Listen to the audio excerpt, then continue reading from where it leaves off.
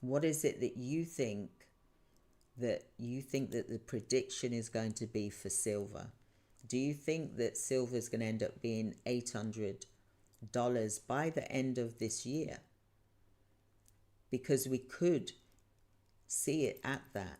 So imagine you buy, for example, an ounce of silver at $35, and within a year it's $800.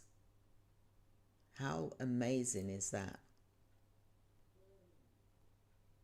You make, and then you buy, for example, if you could buy yourself a a silver, even a silver coin, one every month at $35, for example, and then you imagine you buy yourself one, just one a month. I'm not saying go crazy and do, really buy loads, for example. So you're going to buy 12. By the end of the year, you spent $420 for 12 coins. But imagine, right? They're worth 800. That then makes it so that it's worth 9,600. You brought 12 coins at $35 per ounce per coin, and you get back 9,600 if the value was 800. Because what I'm saying to you is not to purchase it so that you can sell it off quickly. You purchase it and you hold on to it. It's a savings, and you've got it for 5 years. So say even if you hold on to it for 5 years, times that by 5, that gives you $50,000. That's even just at 800.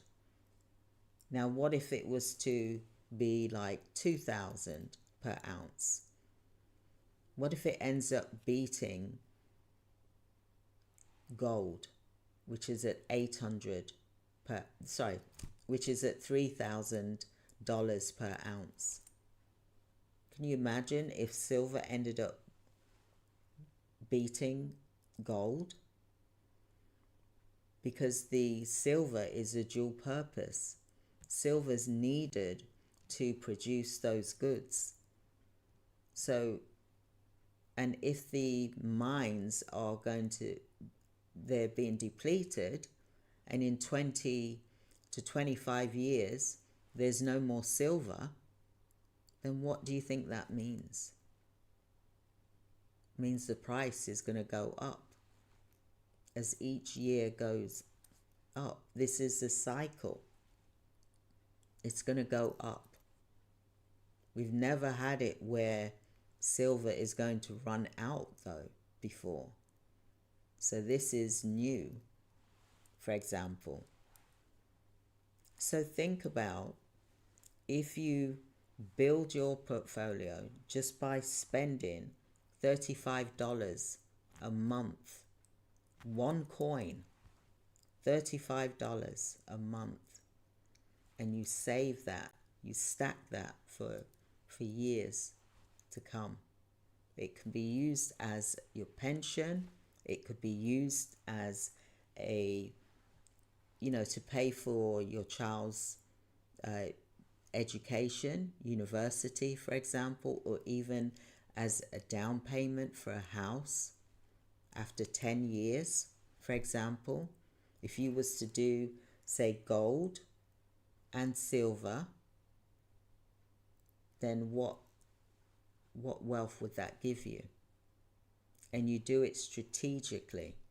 Now, I'm not saying to spend, $3,000 on, if you can't afford it, on gold for 1 ounce. Go to silver, because it looks like silver is going to be the winner here. Listen, you've got billionaires billionaires. I'm talking about one of the, I heard that one of the wealthiest women in the world brought silver, not gold, brought tons of silver. Why was that? It's because they know that it's going to become very valuable. The moment it seems to be that it's only $35, but look, when all of this, because there's going to be more manufacturing being done at great levels. We've been hearing this since this AI revolution has kicked in, and I specialize in AI automation, and I am hearing the news about how much silver is needed to create these plants, to create these robots, for example, and also solar panel, also the electric vehicles, the tech industry, they need silver. There's so many things that it's being used for. And if the silver mines around the world, globally, they're saying stock for 20 years,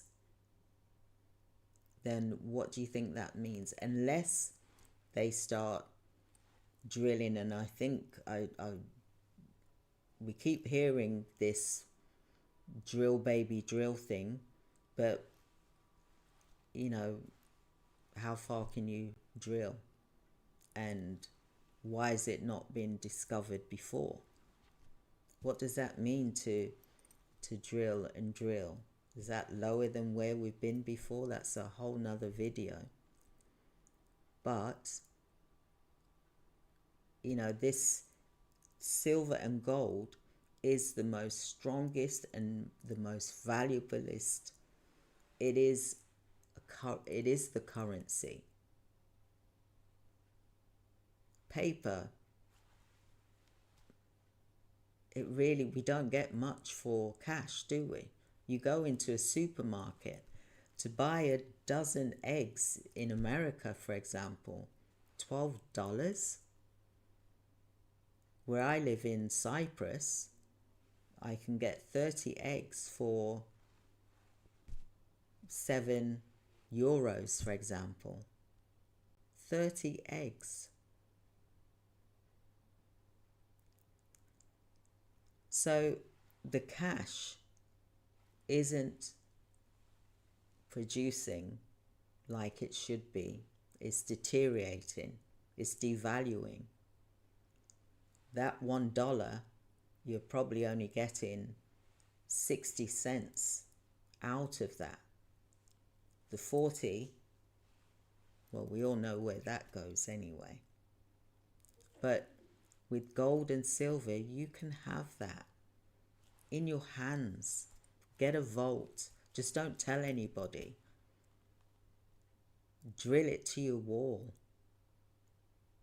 Don't tell anyone. Bury it in your garden, wherever you need to. Do it, because you need to have these things so that you can have this precious metal that is going to increase in value year on year. Because at the end of the day, we don't know how much a pension is. If you're looking at your pension in so many years, you don't know what that's true value going to be. And they say, do your pension at this age because you'll get more per month. But will you really get that? Especially now with what's happening. So there's going to be a lot of evaluations here that needs to be done. And I'm not here to scaremonger or anything like that. But what I'm here to say is to get silver if you can't afford the gold. If you can afford both, then buy both. Because silver, like I said, from what I've been listening to, and I'm not a financial advisor, but from what I've been listening to is that gold, it's at 3,000 per ounce now. It could go to, not could, it probably will go to $5,000 per ounce. Some are saying 10, 20,000 in 5 years' time, for example.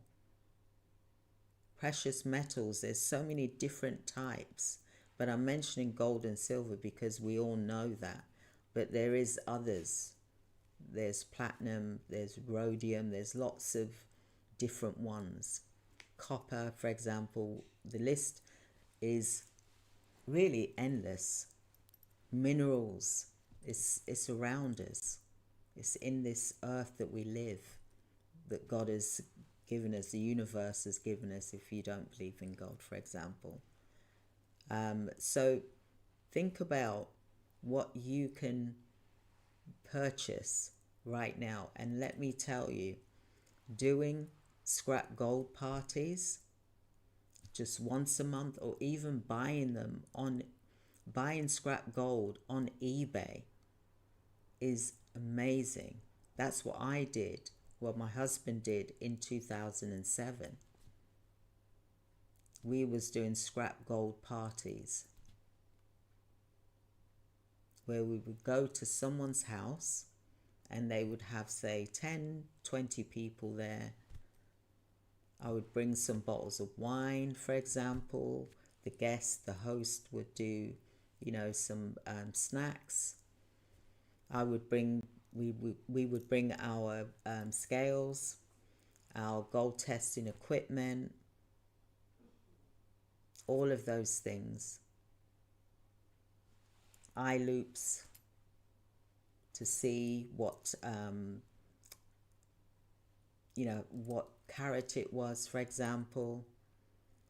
And then we would pay the person whatever the spot price was on the day for gold, but also we'd offer something slightly less. Because, for example, if you got like this is a broken earring, for example, and people would you'd ask them to bring broken jewelry, things that you're not going to wear anymore. For example, broken jewelry or old jewelry, things you're not going to wear. Or maybe you've got a broken chain, gold chain, for example, that you're not going to be able to wear. Or you've lost an earring and you've just got one earring, so it's no good to you. Or there's an earring backs, all kinds of things. Or clasp that's on your that's broken off, for example. There's so many different types of ways that you can get gold and silver. And when we used to do it, we would do it and get it like 30% less. So some days it was 40%, because my husband was quite a good dealer at knocking people down. He was good at haggling,